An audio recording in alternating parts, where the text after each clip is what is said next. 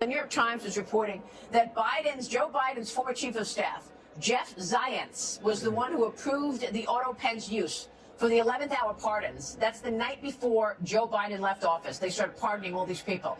The pardons included a preemptive pardon for General Mark Milley, a preemptive pardon for Dr. Anthony Fauci. Now, you are reissuing your criminal referral of Anthony Fauci to the Department of Justice. Your reaction to now Jeff Zients being the one who pardoned Fauci, okay? It wasn't Joe Biden. He was pardoned by Jeff Zients. Yeah, my first question is, who knew? Who knew that there was a President Jeff Zients and he was in charge of pardons? I mean, it is really shocking and, in all likelihood, criminal. Now, will they try to backpedal and say Biden was somehow involved? I think that's what they'll try. But an auto pen pardon, preemptive pardon, there's a lot to go on here.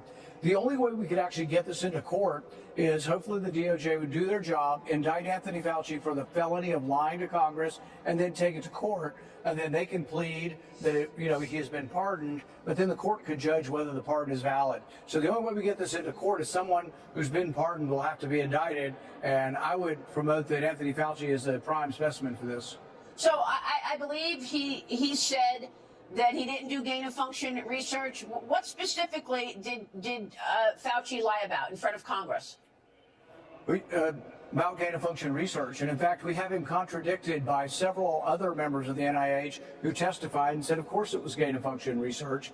We also have the own words of the people receiving the money. The people receiving the money, the people who were the conduit with Wuhan, China, was a group called Eco Health Alliance. We have notes from them going back to the NIH saying, thank you for restarting our gain-of-function money.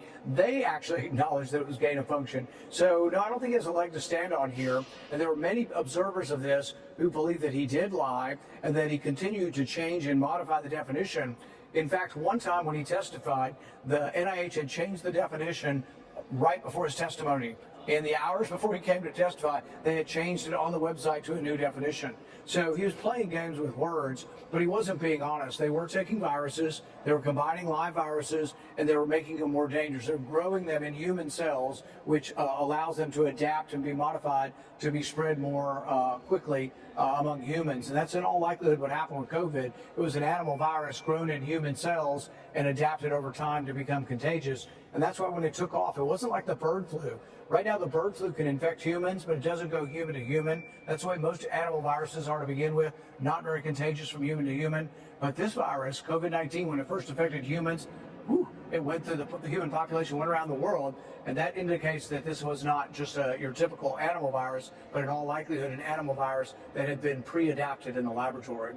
I mean, the rules that Fauci came up with for all of us to follow impacted families across the country. It's unbelievable to me that he gets pardoned and is off the hook. Do you believe that pardon was legitimate? No, and I think he's probably not criminally liable for saying stuff that made no scientific sense, like the whole wearing cloth masks over you. In all likelihood, people in America died because they took his advice, wore a cloth mask, they were 80 years old, they took care of their spouse, and they got COVID anyway because cloth masks don't work. So it was bad advice. It was terrible advice, and we never should have hired him to be a public health expert.